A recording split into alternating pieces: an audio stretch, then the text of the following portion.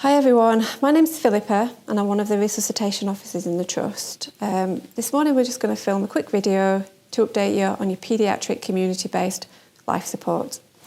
So for paediatrics, we do break it into two separate parts. So you've got your infants, they tend to be from discharge of hospital up to the age of 1, and then after the age of 1 up to puberty, you've got your child.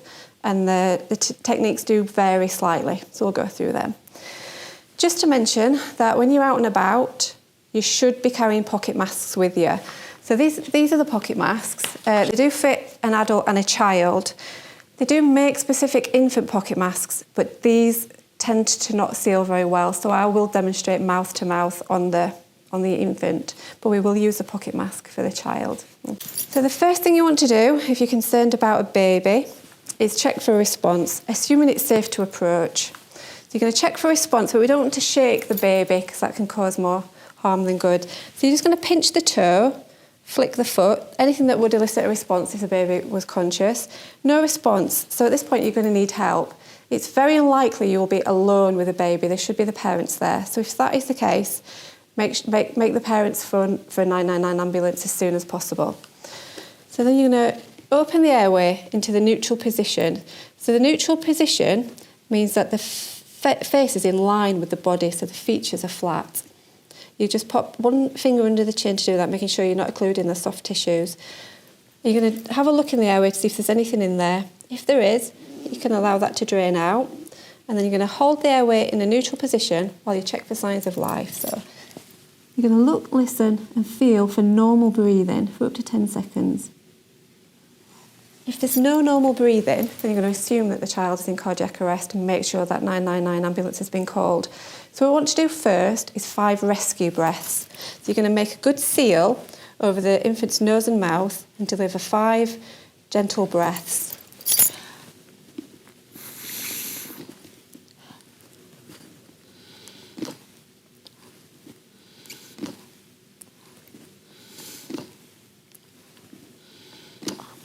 After you've delivered 5 rescue breaths, you're going to reassess because those breaths might have helped.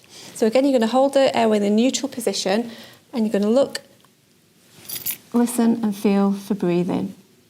If breathing's absent, then you're going to move on to CPR. So to find your correct placement of your fingers, find the zippy sternum with one finger. One finger's breadth above that, you're going to put 2 fingers and you're going to give 15 sharp chest compressions.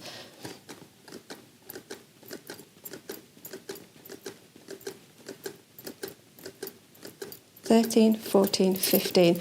When you're doing your chest compressions, you need to make sure that the depth is adequate. You're looking about 3 to 4 centimetres for an infant. And again, the rate is 2 a second, and you're going to do 15. And then you're going to go back to 2 rescue breaths.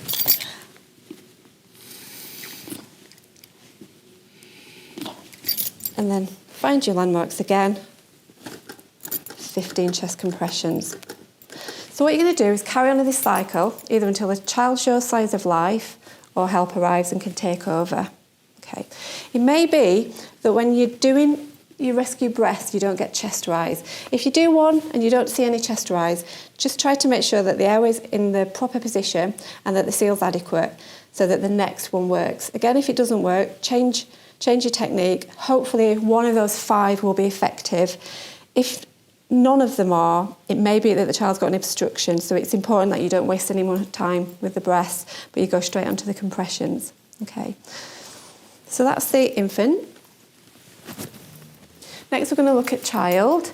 So as we said, child is over the age of 1 up to the age of puberty. Sometimes people worry about how do they know if the child's gone through puberty.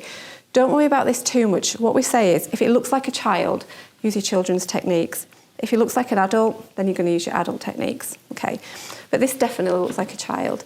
So again, you're going to check that it's safe to approach. You're going to check for response. John, can you hear me? There's no response and the parent's available. Get them to call for help. You're going to open the airway, have a look in there. If there's anything in there, you can allow that to drain out. And then you're going to open the airway with the head tilt chin lift again, but this time you're going to open it a bit more. It's called the sniff in the morning air position. So The features are tilted as if the child is sniffing the morning air. You're going to look, listen, and feel for signs of life, again for 10 seconds. There's no normal breathing. I can't feel any breaths. So I'm really worried about this child, and I'm going to deliver 5 rescue breaths. This time I'm going to use my pocket mask because I think it will fit. So hold it on, make a nice tight seal.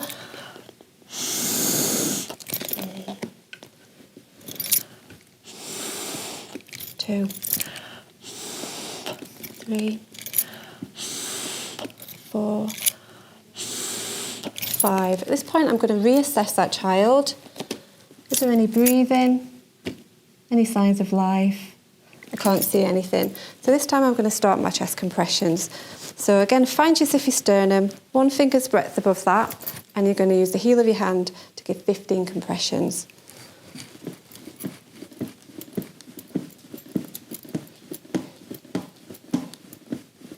13, 14, 15, and then back to your breaths. So 2 breaths this time. So that's 2. Back to your compressions.